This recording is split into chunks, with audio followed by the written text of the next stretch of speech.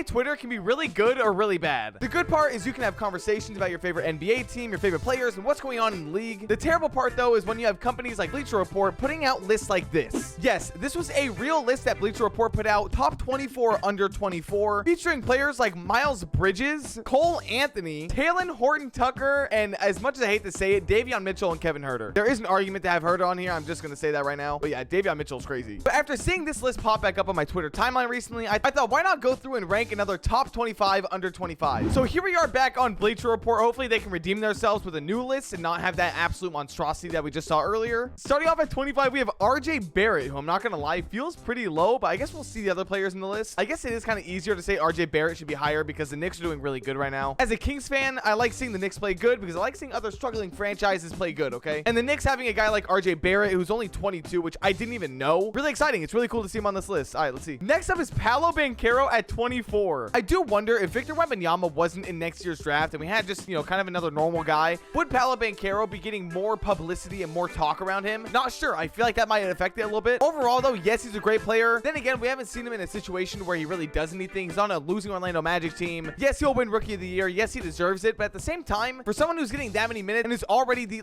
face of a franchise, it's kind of hard for him to be bad. That might be a crazy take. I'm just saying. Next up at 23 is Tyler Hero. Tyler Hero, who in my opinion, I think will be taking over the Miami Heat soon because Miami's not looking too good. Okay, they're really not looking too good. And if they do decide to kind of blow everything up, I think Tyler Hero will be the main focus of a rebuild or a possible, restructure. Because I'm not gonna lie, Jimmy Butler is getting a little bit older, and Tyler Hero is almost at his level, at least for this year. I'm just gonna say that right now. I do like this pick. I really do like this pick on this list. I think he definitely deserves this spot. Whether it should be higher, not sure. But yeah, only 22 years old. That is crazy. Next up, we have Jordan Poole. Yeah, okay, not surprised. Actually, you know what? I am surprised that he's this low. I feel like someone like Bleacher Report, they'd be dick sucking him like crazy, and he'd be way higher. But hey, he's 22. I will say though, Tyler Hero and Jordan Poole both get compared to each other like all the time. Even though, in my opinion, Tyler Hero is a better player. I genuinely would rather have Tyler Hero on my team than Jordan Poole. One of the things I am really interested about though is seeing how Jordan Poole's career plays out. Will he stay with the Warriors until Curry retires and then be the new face of the franchise, or will he want his own role in the team and go somewhere? Not sure. We'll see. Other than that though, yes, great player. I do think he deserves to be at this spot. I don't think he should be any higher than this. I think this is a great spot for him. Next up, going to 21, we have Jarrett Allen. Okay, wait, interesting pick. I do think that Jarrett Allen's effect that he has on the Cleveland Cavaliers is huge, and the Cleveland Cavaliers are a winning team. So yes, I do like this pick, although he's 24, so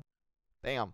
Overall, though, provides great defense. The Cleveland Cavaliers, they need a guy like Jarrett Allen, and he's there, and he's doing that. So, yeah, this is a great pick. Franz Wagner. Okay, this one is actually interesting. I'm not going to lie. I don't really have an opinion on this. He's a solid player, and I think he should be lower, though. I think this is a little bit too high for him. Other than that, I do think that he should be on this list, though. But the Orlando Magic, they're a losing team. Not really doing much.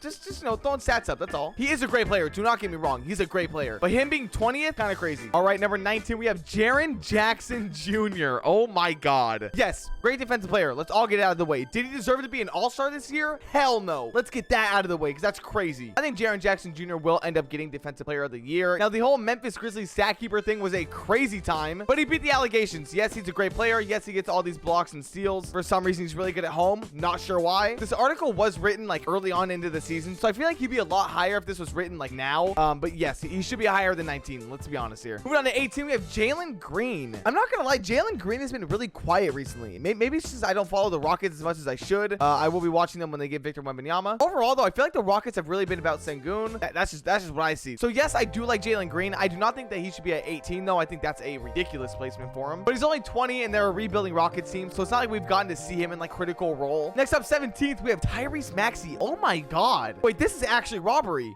Listen, I hate to be that guy, but if you look at stats, Tyrese Maxey and Jordan Poole are basically having the same season right now. Yes, one team is a lot better than the other. That is true. That is true. I personally value that a lot more, so I do think Tyrese Maxey should be higher and on a different level than someone like Jordan Poole who's on a losing team. But him being all the way up here and Jordan Poole being all the way down there is pretty wild. They're two great players, though. One is just on a better team and has a better impact on that team, in my personal opinion. So I would probably put Tyrese Maxey at you know what? I'm not going to place him. So yes, I do think that this placement for Tyrese Maxey is a little bit crazy. 100% deserve to be on the list. Should he be higher or lower? Let me know in the comments. All right, 16, we have Scotty Barnes. Yikes. Scotty Barnes had such high hope going into this year, his sophomore year, just off the rookie of the year. I just said year like 3 times in a row. Unfortunately, there hasn't been that much of a jump as a lot of people thought there would be, including myself. And with the Raptors being a play-in team, I don't know. It's just not looking that crazy. Desmond Bane, I'm not gonna lie. Me personally, I don't watch the Grizzlies as much as I should. Okay, I really don't. I feel like he's actually kind of an underrated pick on this list. I feel like a lot of people would have other players higher than him. But 15, that's a solid spot for him. I'm not gonna lie. I do like this pick. 14, we have Evan Mobley, obviously. Evan Mobley, to me, is someone who I see being like the face of a franchise one day. But with the Cavaliers, what they're doing right now is amazing. They're a winning team. He has a huge impact on that team. Just like what I said with Jarrett Allen. They're both just solid players that do really well on a contending team, and that's huge in my opinion. So him being 21 and already having that big of an impact on a winning team is huge. So yes, I do like him being at 14 on this list. At 13, we have Tyrese Haliburton. Wow, I honestly thought he'd be way higher than this. Tyrese Haliburton should be way higher than this. And I don't want to use like a recency bias to say why he should be higher, but the man just dropped a 40-point, 16-assist game. I feel like no one talked about it, but the kid is 22 years old. I'm saying kid like he's not older than me. He should be way higher than this. You put Tyrese Haliburton on a winning team that has a chance to do something in the playoffs, he would be an all-NBA player. At 12, we have De'Aaron Fox. Oh my God, they put Fox higher than Tyrese. I really did not even expect. Oh my God. Totally not going to be a Kings fan bias here, but I love this pick. He should be higher than this. He should actually be number 1. I'm not going to lie. I personally just love seeing this. There's not really much I have to say. I just like looking at it, man. As a Kings fan, I just like seeing this screen. Fox has been playing amazing. Sabonis has brought out so much good in De'Aaron Fox. Love seeing De'Aaron Fox as an all-star, and the Kings are going to be back in the playoffs. I cannot wait. Which, by the way, at the time of recording, the Kings are the 2nd seed in the West, by the way. Just felt like getting that out there. Did they just put DeAndre Ayton at 11 right now? Is that what I'm seeing? Wow. Not exactly sure how I feel about this. I feel like DeAndre Ayton is actually more of a role player, especially now. Once again, kind of using hindsight because KD wasn't on the Suns when this article was made. But yeah, DeAndre Ayton is a role player. I'm sorry to say it. I love DeAndre Ayton. I always want him to be better than how he actually is. He's a role player, though. Him being above De'Aaron Fox and Tyrese Haliburton is crazy. Moving on into the top 10, starting off with LaMelo Ball. Besides LaMelo having a bunch of mediocre seasons where he only got into the play-in, also being hit with a lot of unfortunate injuries, I would still like to see LaMelo Ball and Victor Wembanyama play together. I think that would be one of the most fun combos in the NBA. I think that would be the best destination for Victor and the best thing to happen for LaMelo because he'd actually finally be able to show that he can win. That's if he stays healthy. Top 10 though, when we get to the top of lists like this though, I feel like winning has such an important role in my opinion. I know I just said that De'Aaron Fox should be higher and they've never been to the playoffs. You know what I mean? I think this is an okay spot for LaMelo. Next up, number 9, we have Shai Gilgeous-Alexander. Depending on how the rest of this list goes, I personally think he should be higher, but we'll see. Amazing player, but I would love to see him play for a team that's like contending for a championship. Number 8, Cade Cunningham.